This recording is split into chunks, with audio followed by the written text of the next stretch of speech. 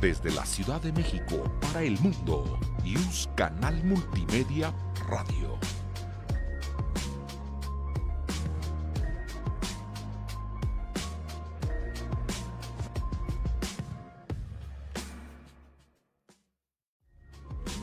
Yus Canal Multimedia, derecho a tus oídos. Desde la Ciudad de México para el mundo, Yus Canal Multimedia Radio. Yus Canal Multimedia presenta.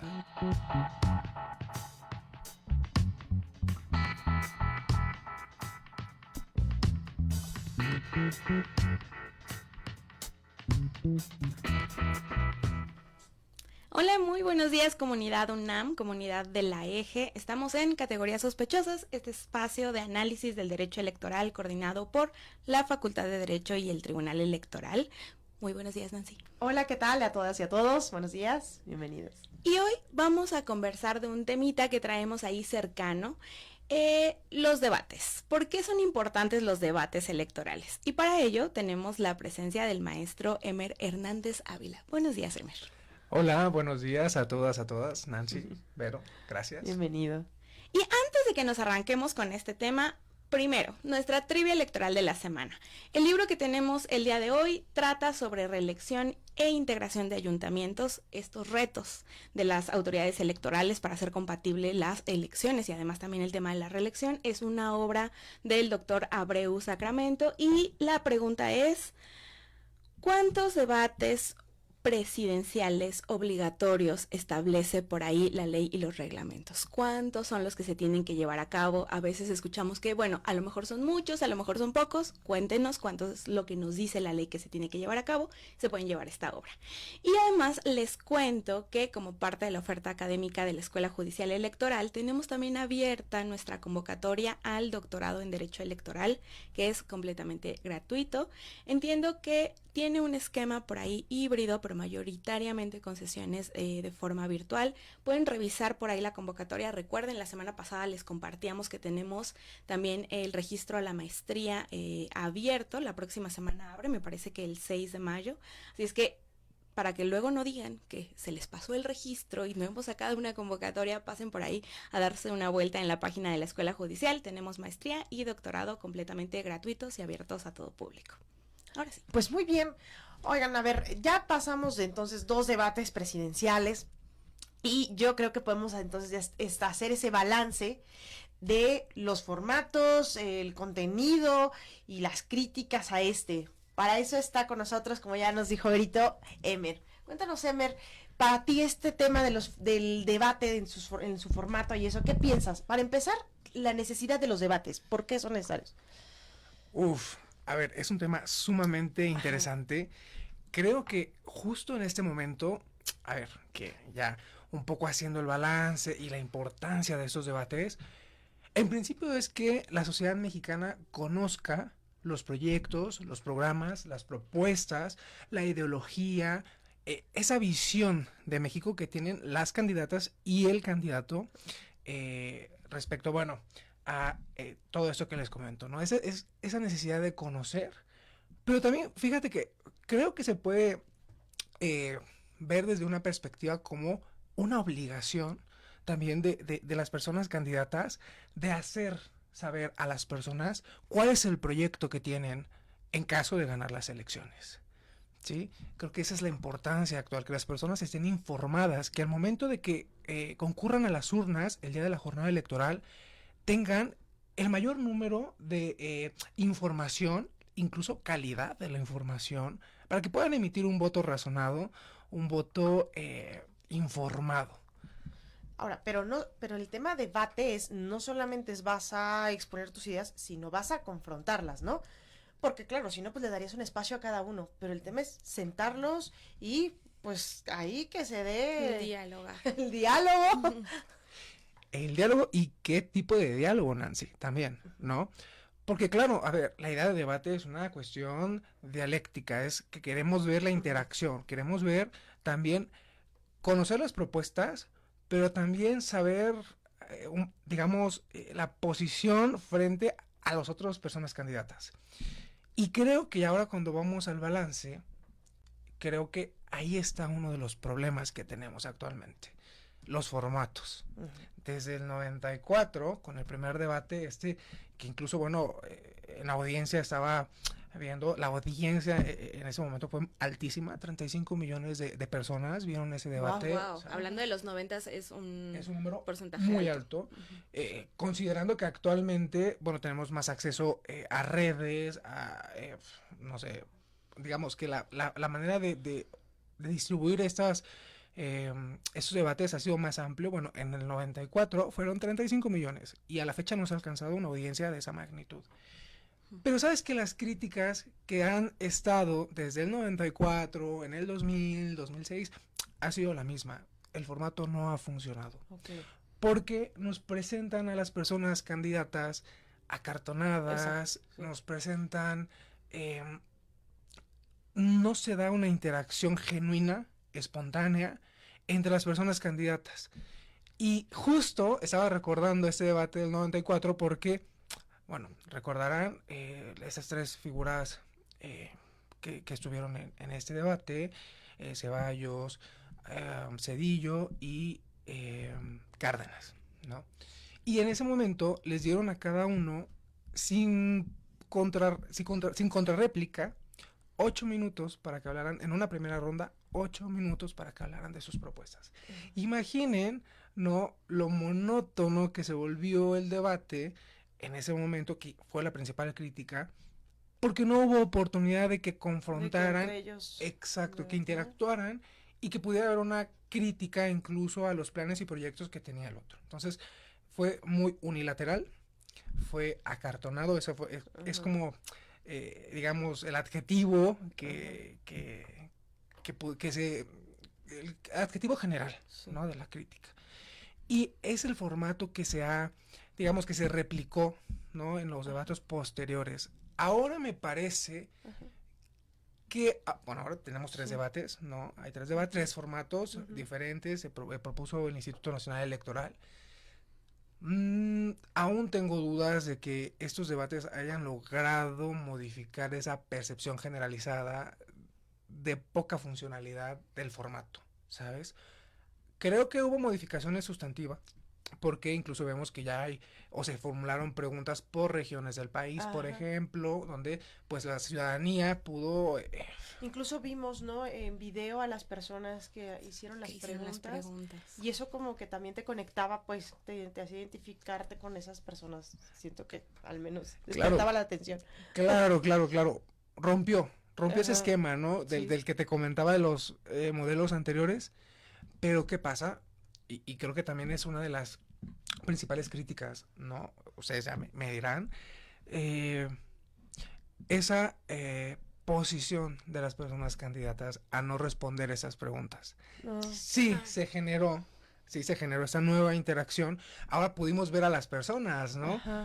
Pero hay una evasión. Pero no hay respondían. Exacto. Se evadieron esas preguntas que creo eran las más importantes. Incluso, no sé si recordarán, o la audiencia habrá estado pendiente de un foro que realizó el INE con expertos internacionales para poder, digamos, destacar los puntos más importantes que tenían que ser considerados en este proceso electoral para el modelo o formato de los debates, y aún así me parece que no se logró.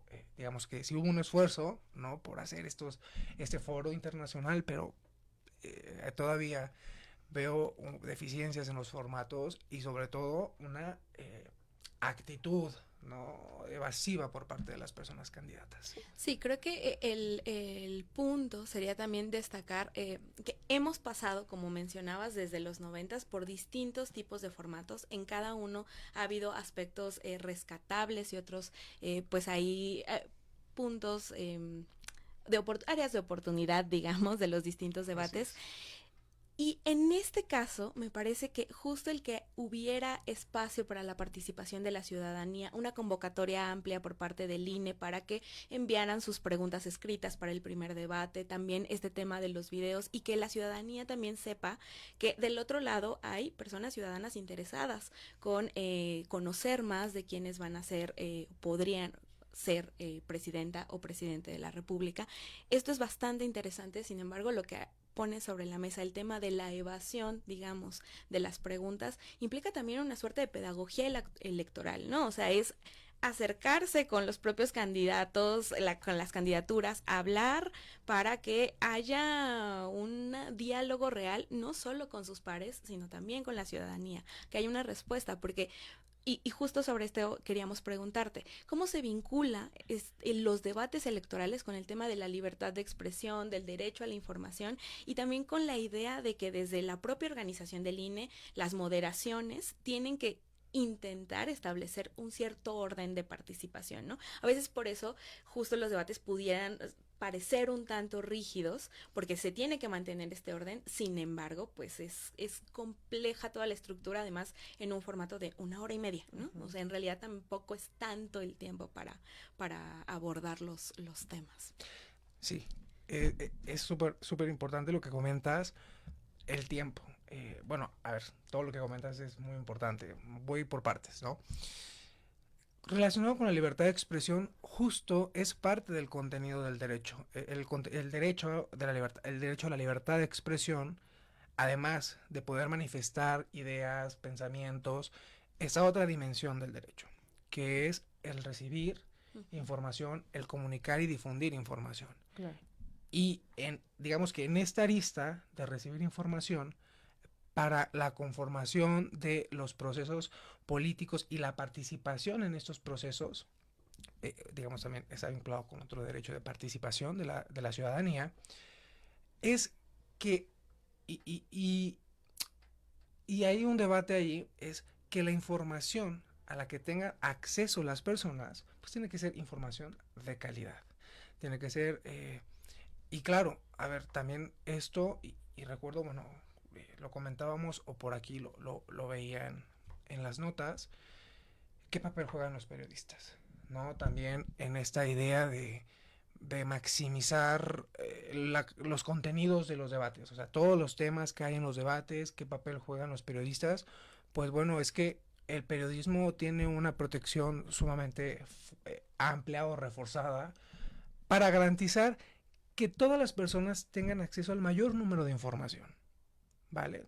Que haya un acceso amplio a esa información y a su vez pues que las personas con esa información puedan construir lo que piensan de los diferentes temas, podemos hablar de economía, seguridad nacional, etcétera, ¿no? Y que puedan ir definiendo qué es lo que piensan de cada una de las candidatas o de sus proyectos, de sus propuestas. El orden de los debates, creo que también ahí las personas moderadoras pues tienen que tener un papel, o el papel es muy importante para generar condiciones de igualdad, de equilibrio, que no haya parcialidad, ¿no? Lo vimos en el primer debate, incluso con las bolsas de tiempo, cómo hubo problemas técnicos para poder algunos relojes me parece que se detuvieron, hubo ahí incluso comentarios de las 3 personas candidatas, ¿no? Sobre la certeza y la seguridad que había del tiempo que disponían para realizar sus propuestas, ¿no? Entonces, ahí creo que sí es sumamente importante el papel que juega el Instituto Nacional Electoral, que juegan los moderadores para saber manejar la situación sin que ello implique que incluso, ¿no? De manera o que se genere una percepción a la ciudadanía de que hay cierta preferencia por alguna persona candidata. Claro. Que eso, bueno, también se puede generar dentro de la misma dinámica que muchas veces también, bueno, como lo hemos visto, puede fluir, ¿no? Pues yo creo que, a ver, al menos el contraste que sí veo de este segundo debate es que también los candidatos, las candidatas y el candidato ya estaban como más, ¿cómo decirlo? Más siendo ellos mismos, creo. En el primero también para Todo ellos era era como, híjole, el reloj, ¿no? ¿Cómo debo actuar? Y ya en este segundo era, así soy, ¿no? Tengo esta sonrisa, visto así, o sea, me gusta también que vayan soltándose. Creo que deberían tal vez incluso, o sea, tres debates que son los que ahorita, bueno, ya quizás estamos respondiendo, pero creo que también para ellos es necesario, ¿sabes? Porque van en esa medida, también van soltándose. Y para nosotros también es importante verlos justo en su naturalidad. Claro. Y no en en esta rigidez donde no sabes cómo actuar.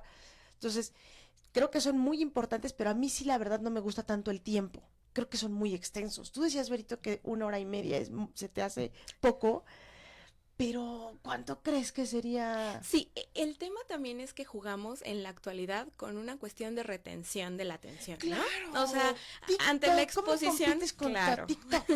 Ante la exposición de contenidos tan breves, mucha información, además muy entretenidos visual y auditivamente, un formato tan que se entiende además plano, no en un sentido peyorativo, digamos, sino tonos neutros para que no parezca que hay una cuestión de favorecer alguno de los colores electorales o esos elementos que visualmente pueden no ser atractivos, que la forma en el tono en el que las personas hablan, que la duración del formato pueden no ser entretenidos para algunas personas.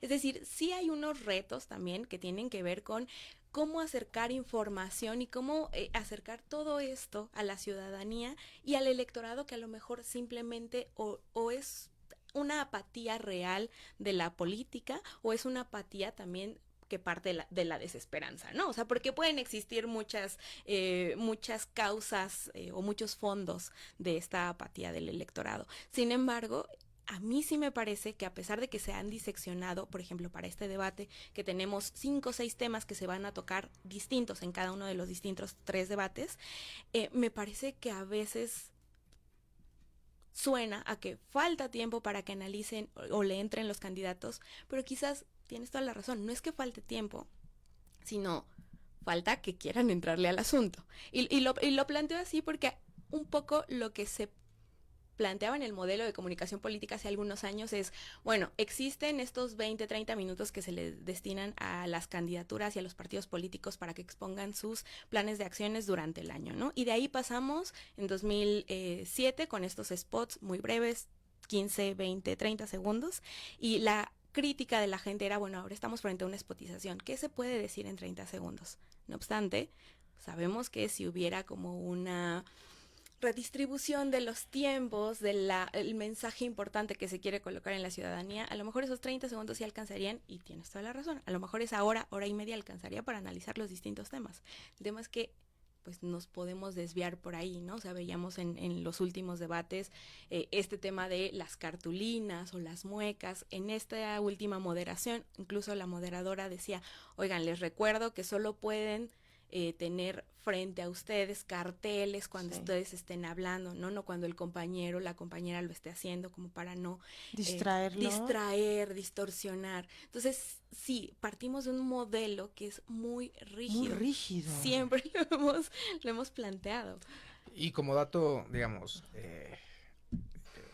nota interesante, el debate más largo televisado fue en Estados Unidos, claro. El de Donald Trump contra Hillary, y fueron 3 horas y media. 3 horas y media. 3 horas y media. Entonces, justo ahora que lo comentabas, Nancy, ¿no? Si 1 hora y media es suficiente, y luego... Pero allá como son. Pero también es... No. Claro. Sí, y hay una mayor apertura incluso en la forma de dialogar, ¿no? A la forma de dialogar, exacto, es la forma de dialogar y los temas. O sea, los debates en Estados Unidos creo que son interesantes, ¿no? Por los temas y cómo se abordan los temas. Digo, para las personas que están como muy interesadas, por ejemplo, en cuestiones económicas o el modelo económico, siempre los debates en Estados Unidos tienen una tendencia a enfatizar mucho esta parte, entonces como que la forma en la que la información se va construyendo, ¿no? Dialécticamente, eso que decíamos de, bueno, confrontar las ideas, no solamente exponerlas, pues los hace un poco más interesantes. Entonces, tal vez, no lo sé, esas 3 horas y media no fueron tan no pesadas. Se hacen tan pesadas, pero por el formato. Porque no hay todo el tiempo quizá un referee que los esté deteniendo, ¿no? Y era una de las críticas que se hacía hace algún tiempo cuando se planteaba que por qué no los medios de comunicación para evitar especulación hablaban los periodistas sobre esto que estoy diciendo es información, esto que estoy diciendo es opinión. Bueno, eso implica ralentizar todo, volverlo muy tedioso, y a veces eso es lo que sucede en los formatos aquí, que al estar cortando todo el tiempo, no se pareciera que no se cumple ni una cosa ni la otra, ¿no? Ni hay un debate genuino entre las distintas candidaturas, ni hay simplemente una transmisión de información monótona. Entonces estamos todavía ahí en un punto medio. ¿Y será también que este modelo de comunicación política inhibe un poco esa libertad de expresión? O sea, esto de cuidarnos mucho de que, sobre todo ahora que son dos mujeres, el qué voy a decir que no puede incurrir en violencia, por ejemplo, ¿no? Que justo esa podría ser una... O sea, digo, está bien, qué bueno cuidarnos, pero el punto también es si eso no impacta también en esta fluidez del debate, ¿verdad? Y esa era una de las preguntas que traíamos por ahí en el tema, los señalamientos que puedan existir por parte de las candidaturas en los debates podrían incurrir, por ejemplo, en calumnia o en algún otro de los delitos electorales. Claro, a ver, esa pregunta me parece de las más interesantes, sobre todo cuando hay señalamientos bien puntuales por parte de las tres posiciones, pero al menos vemos dos temas que son hay el tema de la violencia en el país y por otro la corrupción. O sea, son como dos banderas que se izan, ¿no?, en los debates. Pero creo, bueno, también ustedes me podrán decir, hasta este momento sí hay un riesgo, me parece que siempre están jugando con el tema de que si una persona candidata está o representa a un partido político que tiene vínculos con el crimen organizado o los contratos que a una candidata o candidato le pudieron haber favorecido y que eso implica corrupción. Pero bueno, sabemos que para el tema de la calumnia, que ha sido una construcción ahí en el tema electoral bastante, creo, cuidadosa, precisamente para evitar, creo, que las comunicaciones o que la libertad de expresión también pueda tener sesgos, ¿no? O que se pueda limitar de manera injustificada o irracional. Por eso es que tiene que ser una imputación directa de hechos, o sea, ilícitos, ¿no? O sea, la imputación. Y acá, si nos fijamos, estamos hablando, o han estado hablando el candidato y las candidatas de acciones. Es decir, en ningún momento se han hecho señalamientos directos. Se habla en general de corrupción, se habla de vínculos con el crimen organizado, pero no que uno de los candidatos esté realizando o esté directamente cometiendo actos relacionados con el narcotráfico o actos de corrupción directos. O sea, creo que las imputaciones no se han hecho de manera directa y eso, pues de momento todavía no podremos decir, bueno, desde mi perspectiva, que se esté generando una calumnia directa de un lado u otro, pero sí veo como potenciales banderas, ¿no? Porque los temas están ahí. Y claro que están relacionados con conductas que están tipificadas, que son conductas que, digamos, y que son temas también de interés público, ¿no? O sea, a todos nos interesa saber, claro, de qué manera o cómo se obtienen los contratos de X o Y candidato, o si en realidad, ¿no?, el crimen organizado o esos grupos organizados inciden o no han incidido, o en qué grado o en qué medida han incidido en las campañas, ¿no? Y no solo en las campañas, ¿no?, en general, en el gobierno, pero bueno, creo que también de momento hay como cierto, y lo noto, ¿no?, en la manera en la que se realizan estas comunicaciones, cierto cuidado para no hacerlo de manera directa. Pues es que es eso, se tienen que cuidar también de no incurrir en calumnia, en violencia de género, y eso desde mi punto de vista, pues sí, también son otra de las cosas que detiene un debate fluido, como debería ser, ¿no? Digo, entiendo que cuidemos generar información falsa, pero pues es que también la política es dura y para pues construir este flujo de información o este contraste de ideas y llamar sobre todo la atención de la sociedad, pues es a través a veces de exagerar la información.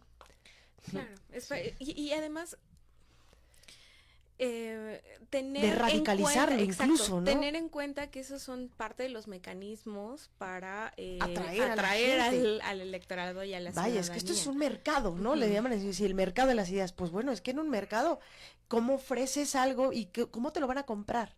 Claro. Si no es el que tiene más foquitos, el que luce mejor, y aquí en este caso es pues el que lanza las ideas más duras, ¿no? Por eso esta vez Xochitl se lanzó a directo confrontar todo el tiempo a pues a la que va encabezando las encuestas. Sí, que también forma parte de una estrategia, ¿no? Claro, Claro. porque si no también, si ella no solamente se quedaba en su papel de pues mis propuestas son estas y yo busco esto, creo que la estrategia ahora fue no, tenemos que robarnos también esa atención. Y que finalmente Pero es... por ejemplo, en cambio, Maynes, él sí se quedó en su papel de no, yo solo vengo aquí justo deslindándome de esto, de esta negatividad que traen ellas, pues Claro. yo solo daré mis propuestas. Claro. Y, no sé, pero incluso como la percepción que hay de Maynes del primero al segundo debate como que cambia, ¿no? Porque en un primer debate estaba más entrado en esta contienda Sí, con las deslindándose. candidatas. En el Pero primer... esta vez sí ya no quiso. No, una posición, a ver, un tanto más imparcial, porque claro, estaba más enfocado en su Quizá, proyecto, pues sí. ¿no? Y enfocado quizá a jalar a los indecisos solamente, ¿no? A decir, bueno, quien no quiera alguna de estas dos opciones tan enfrascadas, Claro, pues aquí estoy. claro. No soy nada de esto. No, y dijiste, ¿sabes qué, Nancy? Es que dijiste algo bien importante, y es que la libertad de expresión así es, y bueno, claro que lo sabrás, o sea, incluso las decisiones Tribunal Europeo, Corte Interamericana, o sea, el debate en tema de libertad de expresión no es solo no solo es la información que favorece o beneficia o es cómoda para el Estado, también es aquella que incomoda, que es Sobre disruptiva, todo esa. ¿no? Que es disruptiva y también está protegida. Pero en materia electoral es donde se han ido agregando estos tintes para precisamente proteger el tema de la calumnia. Sí. O sea, porque, a ver, sí que, o al menos en el modelo de justicia penal, pues se han ido eliminando estos tipos penales, ¿no? Calumnia. Claro. O sea, todos los delitos contra el honor Sí. por, digamos, Sí, un tema de... por evitar inhibir. Exacto, inhibir La injustificadamente la libertad de expresión. Pero en materia electoral, ahí creo que todavía el tema de la calumnia tiene cierta protección que, como tú dices, genera una inhibición en las contiendas y en los debates espontáneos que creo que a la ciudadanía es lo que le interesa. O sea, la protección que también es, a ver, un debate electoral también es una garantía del derecho de las personas de participar en los procesos democráticos. Y con esto se garantiza también que queremos conocer cómo son las personas. No queremos conocer la imagen que proyectan, cómo son las personas. Y en parte conocer cómo son las personas es permitir que la espontaneidad. Y exponiéndolos a situaciones ríspidas. Claro. ¿No? Y que, de hecho, esa es una de las principales evoluciones del debate de 2012 versus, por ejemplo, 2018 y el actual, ¿no? Yo recuerdo que por ahí en 2012, cuando los formatos todavía eran un poco más rígidos, se planearon un debate por parte de la sociedad civil para intentar confrontar más a las distintas candidaturas, y de ahí también surgió toda una suerte de jurisprudencia alrededor de los debates en materia electoral, ¿no? Que se tenía que invitar a todas las candidaturas, con independencia de si se aceptaran o no. Es decir, toda una serie de elementos organizados que se iban a hacer por parte de los medios de comunicación, tenían que conocer cuáles eran las condiciones en las que se iban a realizar estos debates, es decir, estos elementos que fortalecen el tema de la imparcialidad, de la equidad en la contienda, pero que también intentan pues llamar la atención para que haya un debate genuino, como no sé qué tanto espontáneo, pero sí más genuino en la forma en la que se lleva a cabo la interacción entre las candidaturas. Pues se nos está acabando el tiempo, Estamos ¿verdad? un poquito sobre el tiempo, Emer, pero cuéntanos algunas reflexiones finales de este asunto, del tema de los debates electorales. ¿Por qué son importantes? ¿Por qué la ciudadanía tendría que por ahí darle un vistazo a ese último debate? Los otros están, si no tuvieron oportunidad de verlos en televisión, yo sé que a veces puede ser un poco complejo, como ya mencionábamos, que les atraigan. No obstante, están por ahí en el canal de YouTube del Instituto Nacional Electoral. Los pueden poner como fondo mientras hacen otras actividades para escuchar cómo se llevó a cabo. Cuéntanos, Emer. Reflexiones. A ver, en principio es un tema, ya lo dijimos, sumamente relevante, pero ¿por qué ver los debates? Con independencia de si el formato nos gusta o no nos gusta, creo que para que el próximo 2 de junio tengamos la oportunidad de sentarnos, ¿no? O de reflexionar qué proyecto vamos a elegir, es necesario que conozcamos el proyecto. Y sabemos que las plataformas electorales están en internet, pero muchas veces no es el medio idóneo. Necesitamos conocer directamente las propuestas, saber perfiles, incluso conocer, ¿no? Es también una cuestión de si simpatizamos o no simpatizamos con esa persona. Entonces, una forma de que nuestro voto sea informado, sea razonado, es que conozcamos a las personas. No solo a través de sus plataformas, que insisto, están en internet y podemos consultarlas en cualquier momento, sino a través de cómo ellos exponen y lo que exponen y cómo lo expresan. Creo que ahí es cuando las personas pueden o van a poder definir qué candidato les convence más. Y claro, creo que ese tercer debate, esperemos creo que han ido evolucionando, entonces que tenga que sea un mejor debate, ¿no? Que el formato ayude a que se condense todo esto que hemos comentado y que nos permita ver un verdadero ejercicio de confrontación política, que es lo que creo que a la ciudadanía le interesa. Entonces, pues nada, invitarles a que en el próximo debate pues estemos ahí y decían por ahí, no, es que a veces es más interesante ver los memes que el debate. Pues vemos el debate y después vemos los memes en redes sociales, ¿no? Para informarnos más. Sí. Muy bien. En sincrónico, como los Oscar, ¿no? Así es, o sincrónico. Bueno, pues muchísimas gracias por habernos acompañado. Teníamos por acá en redes sociales una pregunta sobre nuestro doctorado. Les cuento, la maestría, el doctorado en general, toda la oferta educativa de la Escuela Judicial Electoral es completamente gratuita. Si tienen alguna duda en concreto, porque esta pregunta me parece que tenía que ver con un tema de nacionalidad, te pediría que nos escribieras al correo que viene en la convocatoria del doctorado para que nuestro equipo de capacitación externa tenga la oportunidad de responder en concreto a este caso. Pero, insisto, la maestría está abierta, el doctorado están completamente abiertos, el registro del doctorado es en julio y de la maestría es la próxima semana, así es que dense una vuelta por ahí en la página de la Escuela Judicial, es www.te.gov.mx/EGE. Muy bien. Ahí nos encuentran como Escuela Judicial Electoral en todas las redes sociales. Muchas gracias, nos vemos el próximo jueves. La Facultad de Derecho agradece a quienes realizaron este programa, conductores, invitados y productores, quienes participan de manera honoraria. En News, Canal Multimedia, Derecho a tus oídos.